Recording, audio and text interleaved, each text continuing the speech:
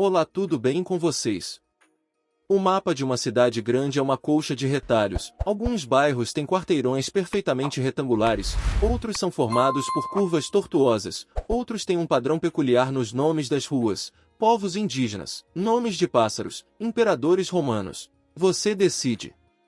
Hoje, o tecido urbano está todo remendado. Em sua origem, porém, esses bairros foram loteados por empresas diferentes, em épocas diferentes, para públicos diferentes, isso quando houve algum loteamento, e não só o crescimento espontâneo, é claro. Analisando as características de cada um, você pode descobrir, por exemplo, que duas vizinhanças distantes são obra da mesma construtora, porque têm ruas, casas e praças parecidas. Os astrônomos Keati Malhan e Hans-Walter Ries, do Instituto Max Planck, acabam de fazer algo parecido com a Via Láctea. Analisando a velocidade e a direção das estrelas que formam a nossa galáxia, eles conseguiram determinar quais delas vieram de dois antigos bairros da periferia galáctica, batizados de Shakti Shiva. Os resultados do estudo foram publicados no periódico especializado The Astrophysical Journal. Shakti e Shiva eram fragmentos protogalácticos, ou seja, conjuntos de estrelas bastante grandes, mas que não chegavam a ter o porte de uma galáxia espiral.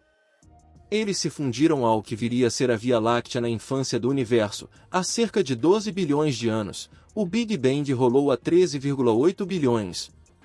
Essa fusão, claro, contribuiu para que a nossa galáxia atingisse sua imensa população de estrelas, estimada atualmente em 100 bilhões.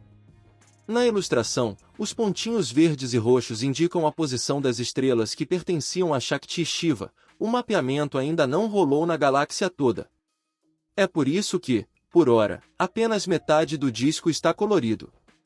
O importante é perceber a uniformidade na distribuição. Bilhões de anos depois, esses astros estão imperceptivelmente misturados com os demais. Mas, existem estrelas tão antigas assim? Sim.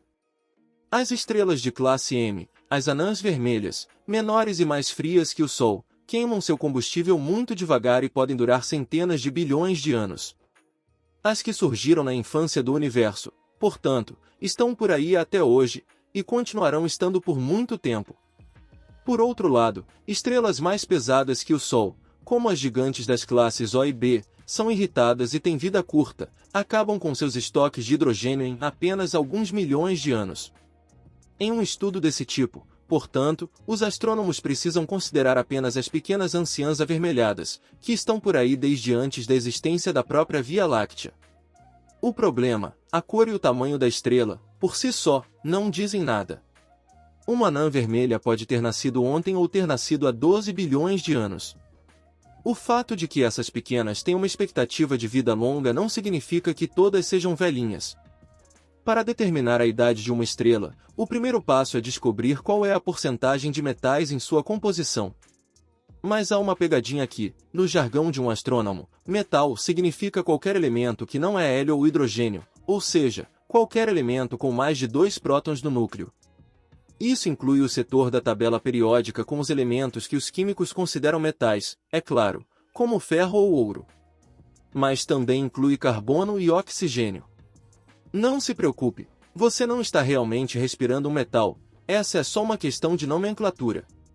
Essa divisão é útil na astronomia porque hidrogênio e hélio foram os únicos elementos formados no Big Bang, e, portanto, eram a única matéria-prima disponível no universo primordial. Com o tempo, todo o resto da tabela precisou ser forjada, átomo por átomo, em fenômenos cósmicos como supernovas ou colisões de estrelas de nêutrons. Ou seja, as estrelas mais jovens têm muitos metais, porque se formaram com matéria-prima de um estágio mais recente da evolução do universo. Estrelas realmente antigas, por outro lado, são feitas basicamente de hidrogênio e hélio. Mas, como eles sabem a composição química de uma estrela sem poder coletar uma amostra dela? Analisando a sua luz, que é a única informação a que temos acesso de tão longe. Átomos de elementos diferentes absorvem certas cores enquanto deixam outras passarem. Isso cria uma espécie de código de barras no espectro eletromagnético, que os astrônomos aprendem a ler. O que acontece na prática, de maneira muito simplificada, é que o astrônomo usa um prisma para decompor a luz que vem da estrela em um arco-íris, e então vê quais trechos do arco-íris estão faltando. Hoje, graças a equipamentos como o Telescópio Espacial Gaia, da Agência Espacial Europeia, nós mapeamos posição e uma série de outras características de 1,5 bilhão de estrelas.